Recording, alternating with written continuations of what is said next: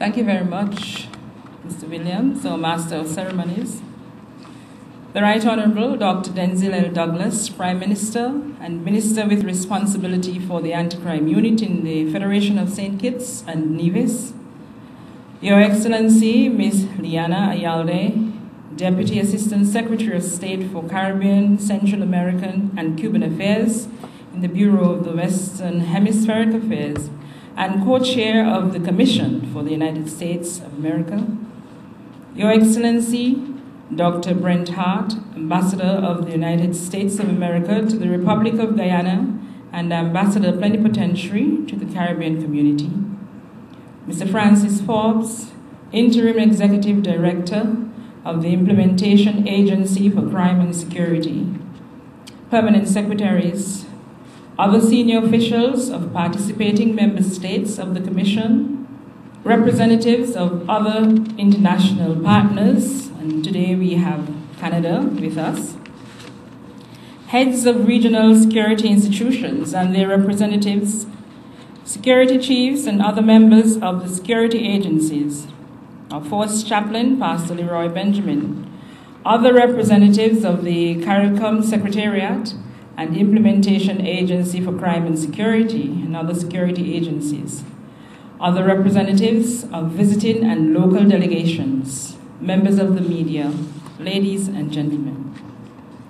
I have the signal honor to extend a warm welcome to all the delegations to the third meeting of the Caribbean Basin Security Initiative Commission, convened here in St. Kitts. I'm particularly pleased to reunite with my colleagues from the sister islands of the Caribbean community, the Dominican Republic, as well as those of the delegations from the United States of America, who are the principal partners of the CBSI.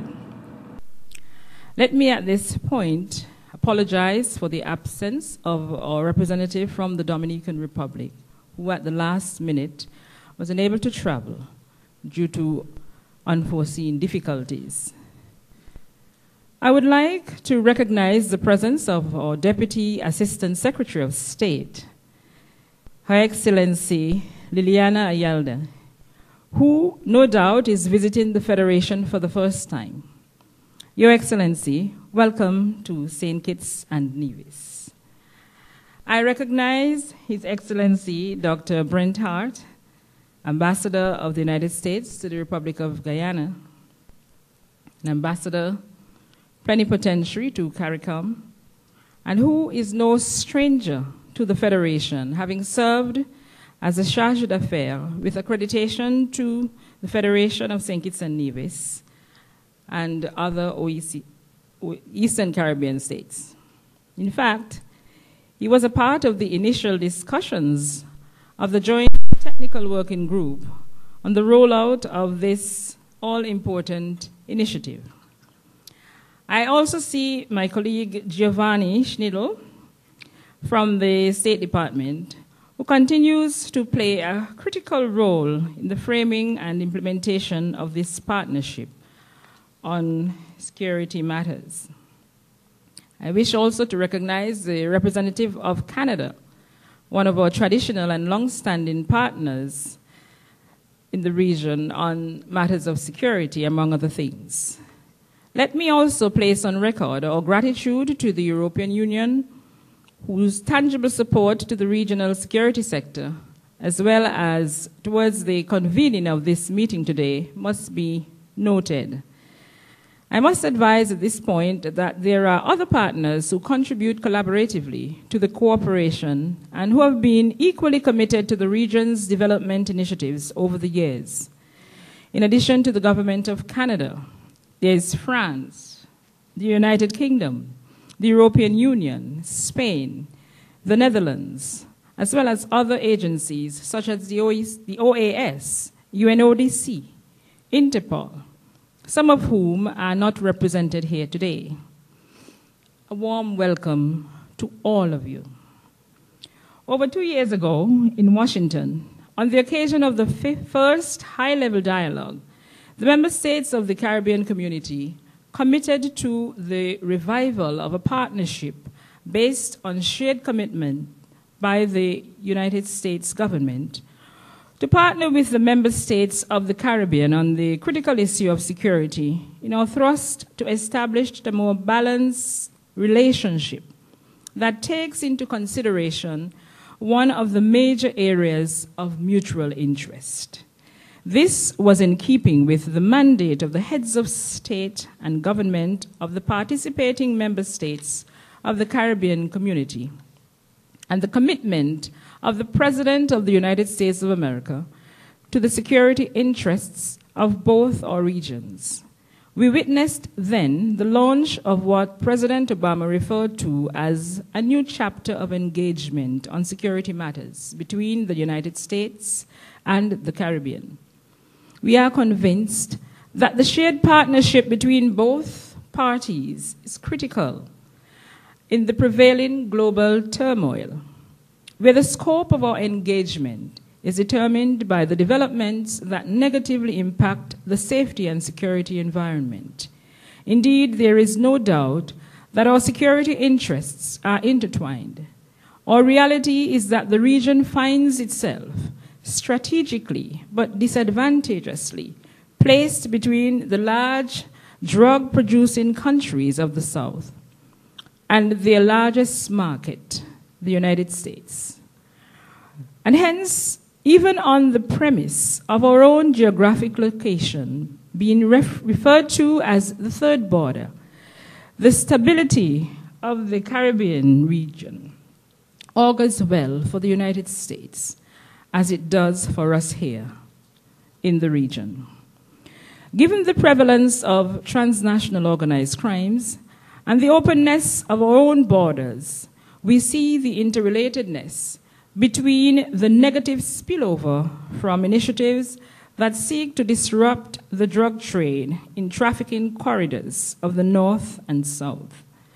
Of equal concern to us is the Caribbean is a strong nexus between gun and drug-related crimes and the trade, and the increase in homicides in the region.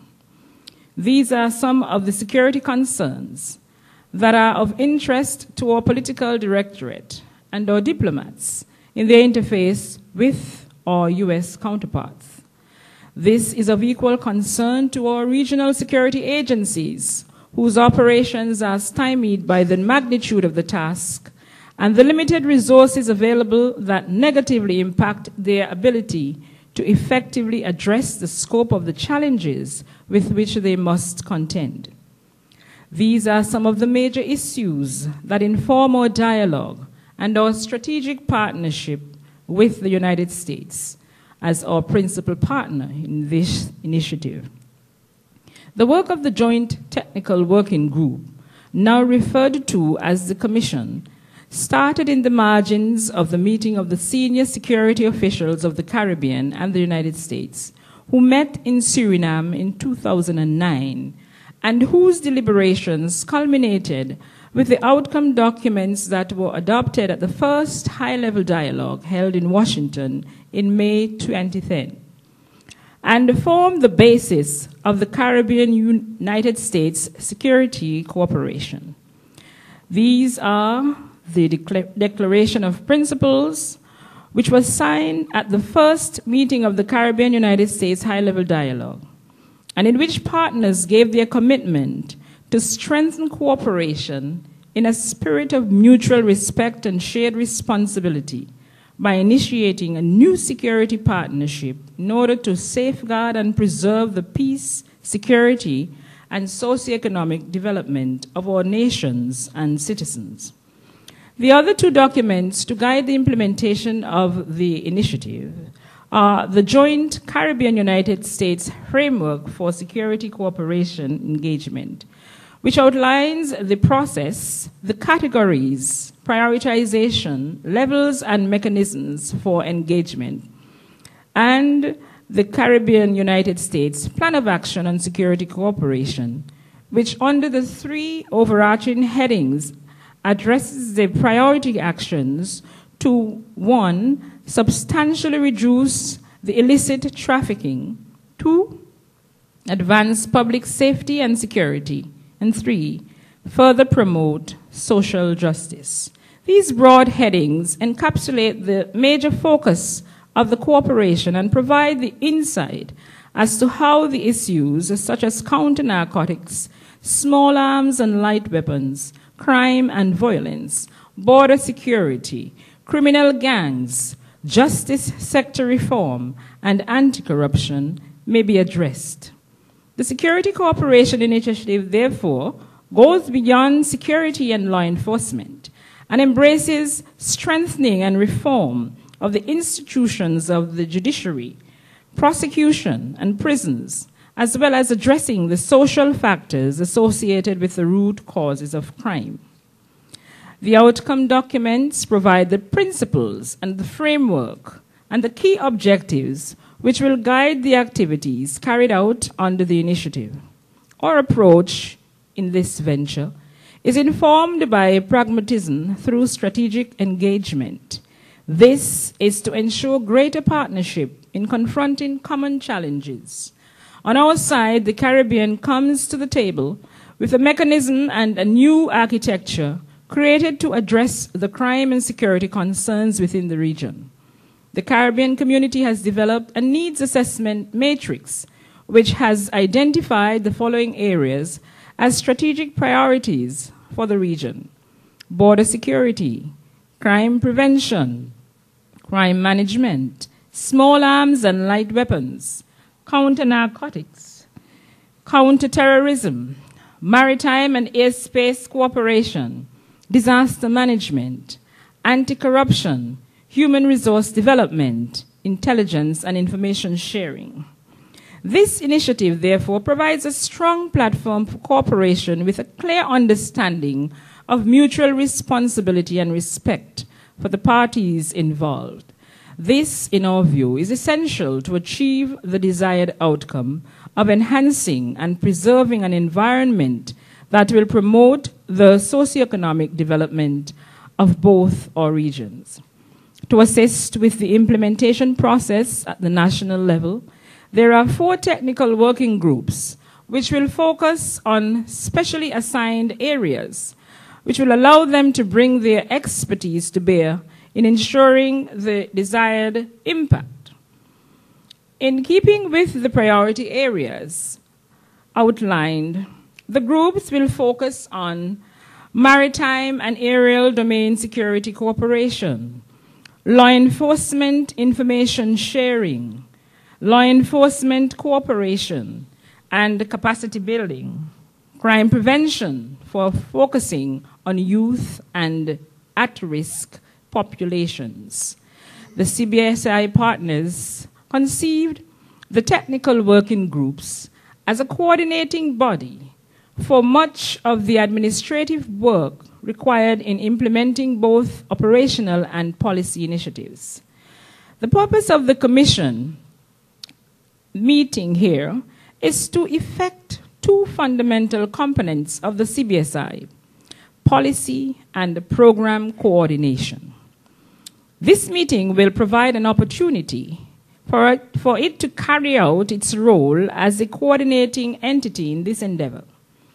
The CBSI Security Cooperation Commission, which is charged with the responsibility of facilitating and preparing for the dialogue between the United States and the Caribbean, monitoring and evaluating implementation of the various initiatives, mobilizing resources, and reporting and metrics. Therefore, the meeting of the Commission that will take place over the 2-day period will allow for focused attention on the implementation of the various initiatives and assessment of the achievements and challenges to date. It is our hope that this supervisory and coordinating mechanism will enable us to see the deliverables of this collaborative venture as we seek to effectively fulfill our commitment to deepen and strengthen regional security cooperation. At the national level, we have a responsibility to ensure that the supporting mechanisms are all in place to give effect to the objectives set and to make meaningful contribution to national security and the successful outcome of the cooperation initiatives. St. Kitts and Nevis has co-chaired with our partner from the United States the preparatory sessions of the dialogue on behalf of the Caribbean. We are therefore pleased to host this third meeting of the Commission convened here today. Welcome once again, and we will ensure that you are afforded the time to appreciate our island and savor the warmth and hospitality of our people and our culture during your brief sojourn here. Thank you very much.